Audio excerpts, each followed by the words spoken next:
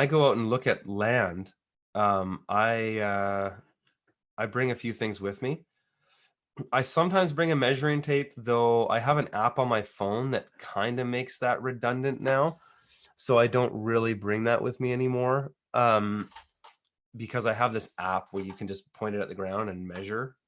Also, satellite data is very accurate, like within feet.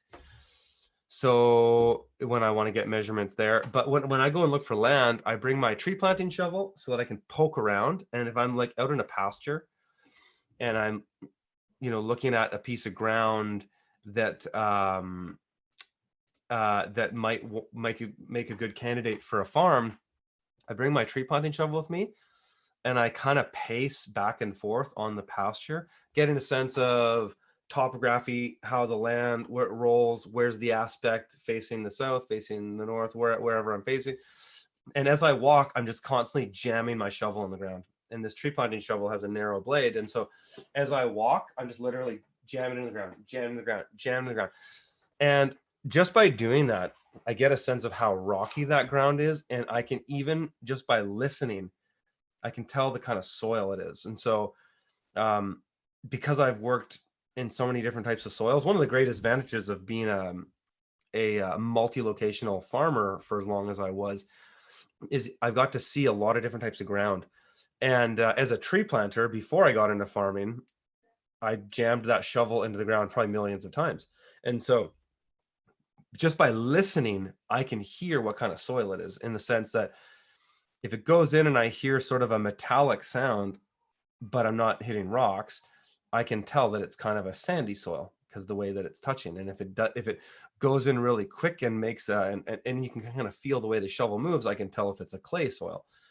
And I can also tell compaction. There's a lot of things I can tell just by feel.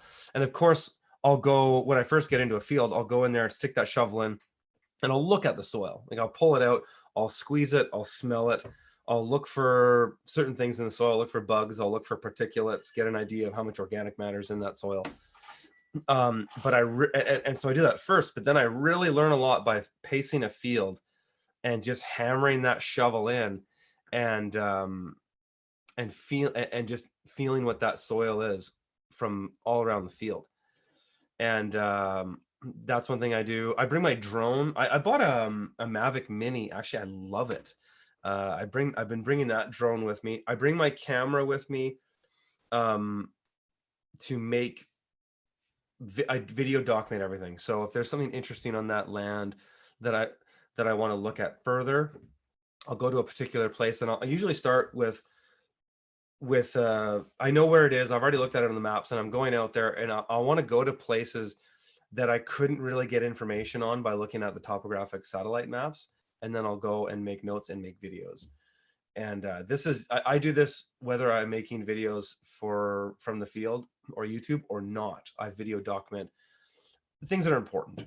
Also that I can show to my partner, Katie, and if there's things that I want her to see about the place, because we're going to be buying a place together. And so, yeah, so I bring my shovel, my camera, my drone. I bring my EMF reader, my radio frequency reader, actually, because we're looking for a place that's very low RF. So that's important to us. And that's really all I bring. I can I can learn enough from a piece of land just with those things.